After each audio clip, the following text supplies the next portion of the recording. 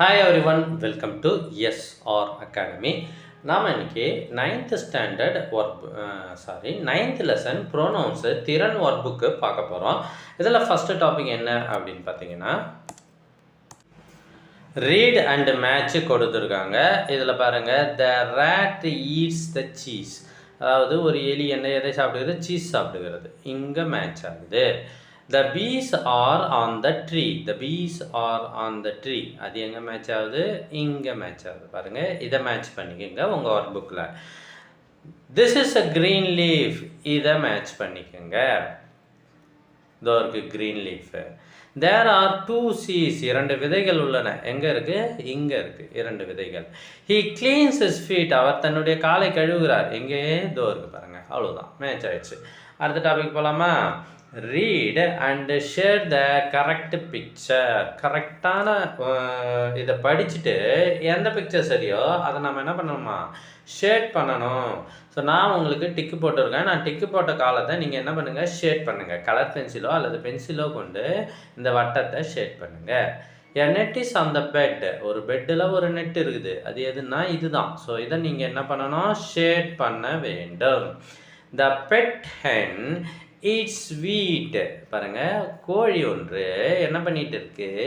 இந்த விதைகளை சாப்பிட்டு கொண்டு இருக்கிறது. அது எது? இதுதான். இங்கே ஷேட் பண்ணுங்க. There are 10 beads. எத்தனை பீட்ஸு? 10 பீட்ஸ் இருக்கு, மணிகள். ஸோ இதை ஷேட் பண்ணுங்க. This is a red jeep. இதை ஷேட் பண்ணுங்க. இந்த வட்டத்தை ஷேட் பண்ணுங்க. Short and right. அதாவது இங்கே நிறைய வார்த்தைகள் கொடுத்துருக்காங்க. அதுக்கு ஒரு எடுத்துக்காட்டு அவங்க கொடுத்துருக்காங்க. ஐ, மை, மை செல்ஃப். ஓகேவா? இதே மாதிரி எந்தெந்த வார்த்தைக்கு எப்படி எப்படி வரும் அதுதான் ஷார்ட் அண்ட் ரைட். ஃபஸ்ட்டு நம்ம ஹீ எடுத்துக்கிறோம். ஹீ எடுத்தால் அது ஹிஸ்ன்னு வரும், அவனுடையது.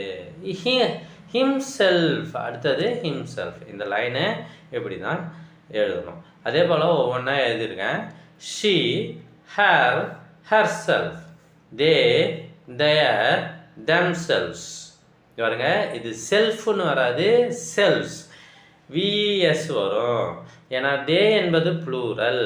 ப்ளூரலை குறிக்கும் பொழுது செல்ஃப்னு வராது, செல்வ்ஸ்னு வரும். இட், அது. Its, it self.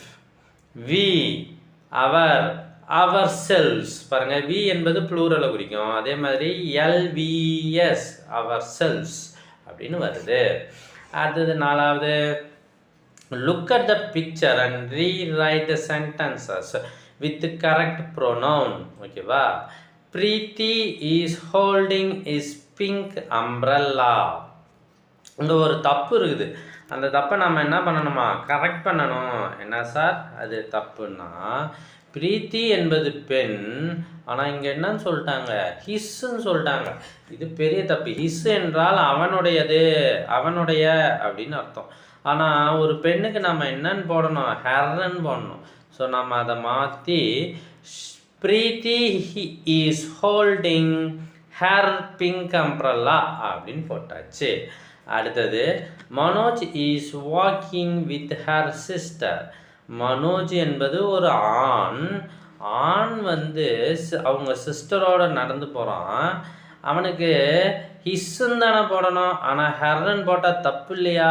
அதனால் ஹெர்ரை தூக்கிட்டு ஹிஸ்ன்னு மாற்றிடுங்க. அவ்வளோதான். Manoj is walking with is sister.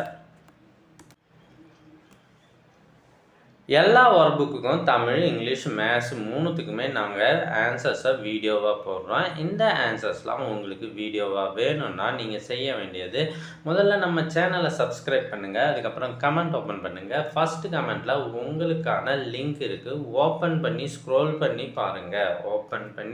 பண்ணி பாருங்கள்.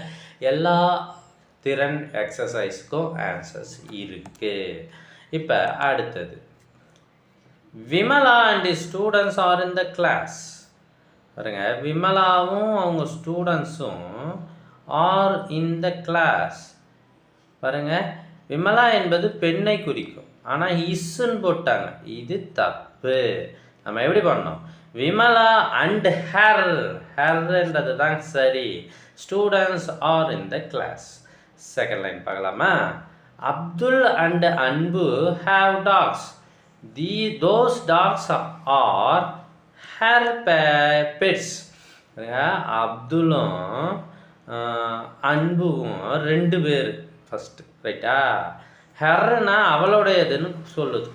அப்போ இது 2 பேருமே ஆம்பளைங்க வேறு. அப்போ நம்ம ஹெர்ரன் வந்தால் இது தப்பு. அப்போ எப்படி எழுதணும்? Abdul and Anbu have dogs. Those dogs are their அப்படின்னு எழுதணும். ஓகேவா? Their pets. ஏன்னா இது ஒன்றா இருந்தால் இஸ் பெட்ஸ்ன்னு எழுதியிருப்போம். 2 பேராக இருக்கவே தேர்னு எழுதுகிறோம். 3வது, we are Indians. India is our country. ரொம்ப சந்தோஷமாக இருக்குது. ஆனால் இதில் இங்கே தப்பு இருக்குது. நான் சொல்லும்போதே தப்பாக பேசிட்டேன் பார்த்தீங்களா? இங்கே தேர்னு இருக்குது. தேர்னு வரக்கூடாது. என்னன்னு வரணும்? அவர்னு தான் வரணும். நம்முடைய, வி நாங்கள், நம்முடையன்னு தான் வரணும்.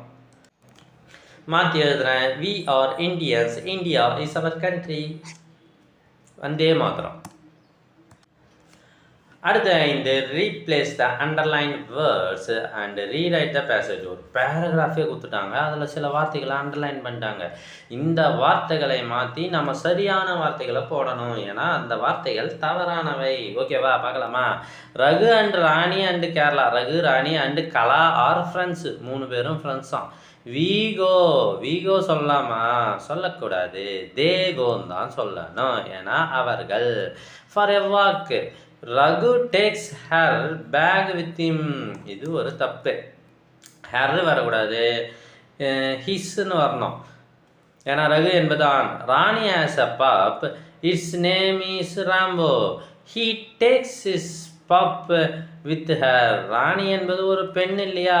அதுக்கு ஹீன்னு போட்டுருக்காங்க, தப்பு. அடுத்தது இஸ்ன்னு போட்டுக்கிறாங்க, இன்னொரு தப்பு. இப்படி தப்பு மேலே தப்பு பண்ணிட்டு அவங்க தப்பெல்லாம் நம்மளை திட்ட சொல்கிறாங்க பார். அதுதான் ஒர்க் புக்கே. ஸோ ஹீக்கு பதிலாக ஷீ போடுங்க, இஸ்ஸுக்கு பதிலாக ஹேர் போடுங்க. Ravi is Kala's brother. She joins with them. ரவியை பற்றி சொல்லிட்டு ஷீன்னு சொல்கிறாங்க, அது கிடையாதுங்க, ஹீன்னு சொல்லணும். She brings 4 kites. இங்கேயும் அதே தப்பு தான். He brings 4 kites. Each one gets a kite. We play with our kites. We என்பது தவறு, அவர் என்பதும் தவறு. தேன்னு போடணும், இங்கே என்ன பண்ணணும்? தயார்னு போடணும். இது எல்லாத்தையும் திருத்தி எழுதிக்கிறீங்களா சார் அப்படின்னா இந்த தெளிவாக எழுதியிருக்கேன் பாருங்கள். இதை பார்த்து அப்படியே நீங்கள் உங்கள் ஒர்க் புக்கில் காப்பி பண்ணிக்கலாம். ஸோ உங்களுக்கு கொஞ்ச நேரம் டைம் தரேன். அதுக்கு மேலேயும் உங்களுக்கு டைம் தேவைப்பட்டதுன்னா நீங்கள் இந்த வீடியோவை பாஸ் பண்ணி வச்சுட்டு காப்பி பண்ணுங்கள். ஓகேவா? இந்த வீடியோ உங்களுக்கு ரொம்ப பிடிச்சிருக்கும் அப்படின்னு நம்புகிறேன். ஸோ மறக்காமல் லைக் போடுங்க. லைக் போடுறதால ஒன்றும் ஆகிடாது. ஸோ எனக்கு கொஞ்சம் என்கரேஜ்மெண்ட்டாக இருக்கும். ஓகேவா? உங்களுக்கு ஒரு உதவி, எனக்கு ஒரு உதவி செய்யணுன்னா நீங்கள் போட வேண்டியது லைக்.